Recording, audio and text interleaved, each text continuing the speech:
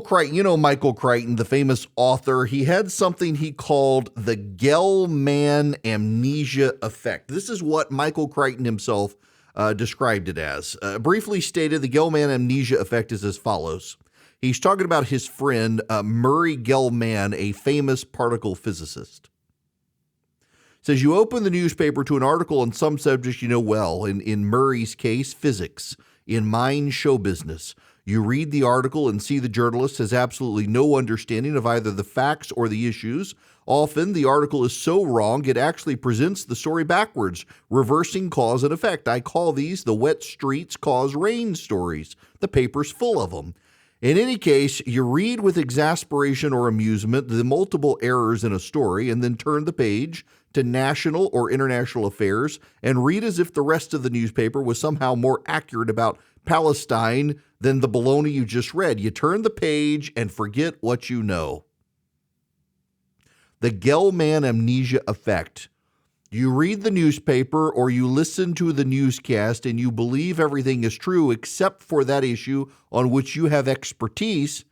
And then you're like, wait a second, they're getting all of this wrong. And you don't stop to think, if they're getting all the stuff wrong about the stuff I know about, how right are they in the stuff I don't know about? So, for example, Chris Cillizza, no longer at CNN, I believe. He's notorious conveyor of bad conventional wisdom.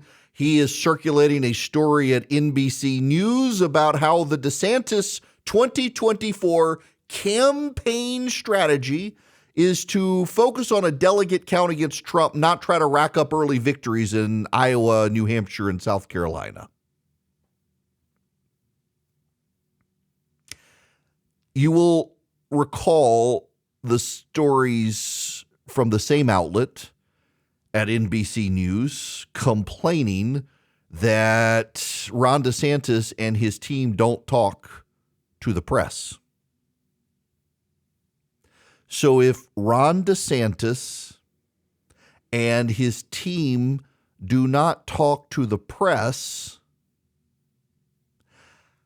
how does the press know the inside story of Ron DeSantis and his team?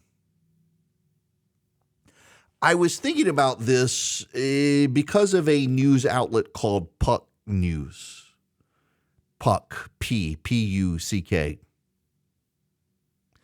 And I subscribe to that outlet. And I subscribe to that outlet because they got a reporter there who I knew at CNN, pretty good reporter, who I've always thought had good sources out in Silicon Valley. And they've also got Peter Hamby, who I knew at CNN, who's a younger guy, as cynical about politics as me. I think does a good job of covering it and has for some time. And the whole idea of Puck News is that you take a few reporters who have great sources and you allow them to write stories using their sources, and you feel like an insider. You have some level of insider knowledge.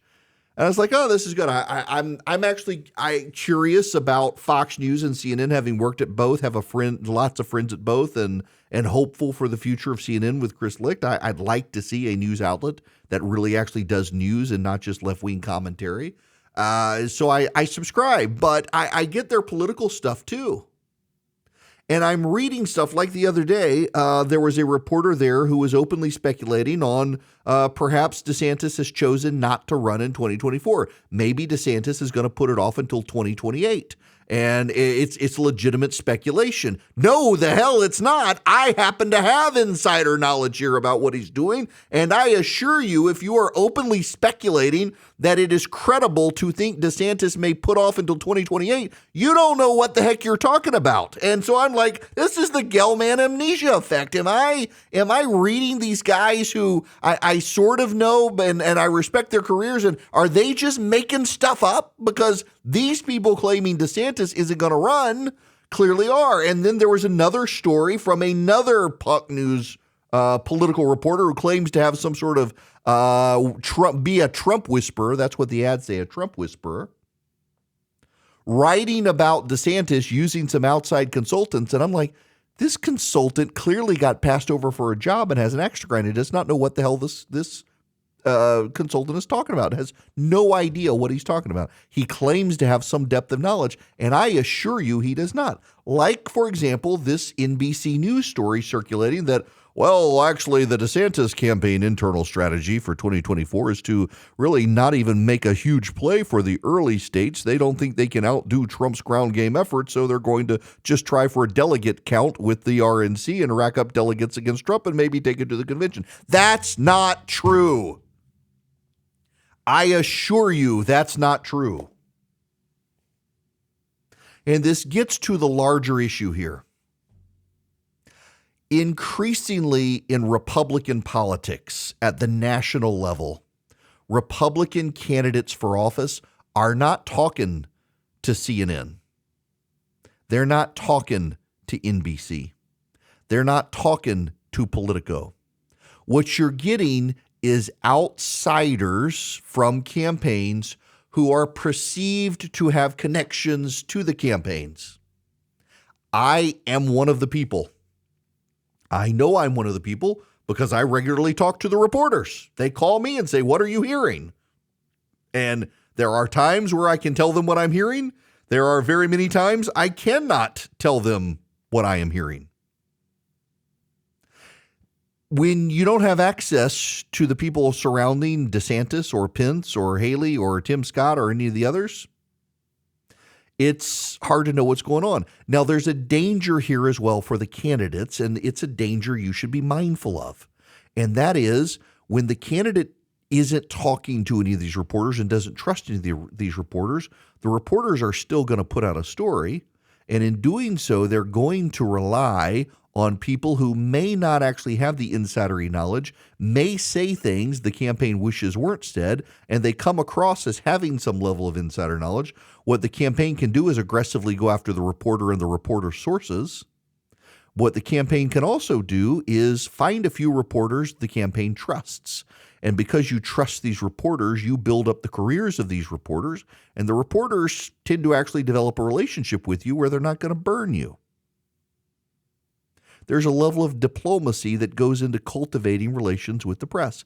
There are, by the way, some great reporters on the campaign trail out there that you should talk to as a candidate. Josh Dawsey at the Washington Post, Meredith McGraw at Politico, and others out there. Elena Treen at CNN and others. They're good reporters worth talking to on background who can be trusted and are not going to burn you and actually are interested in what's going on. But an overwhelming majority of the reporters covering the political process are not your friends.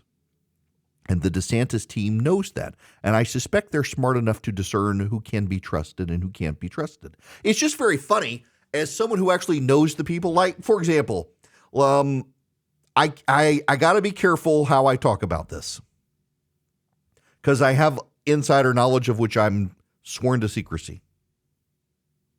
The story about DeSantis, maybe from Puck News reporters speculating that, you know, there is this rumor he may not run and this is why it could be credible and blah, blah, blah, blah, blah, blah, blah. Like, I know that's not true. It's not that not that anyone from the DeSantis team has told me he's absolutely running. But I am aware of meetings that have taken place that have not been reported that I can assure you mean he's running. And so for reporters to start speculating about these things when those meetings are happening, they clearly don't know about these meetings. If they knew about these meetings, they wouldn't risk their credibility.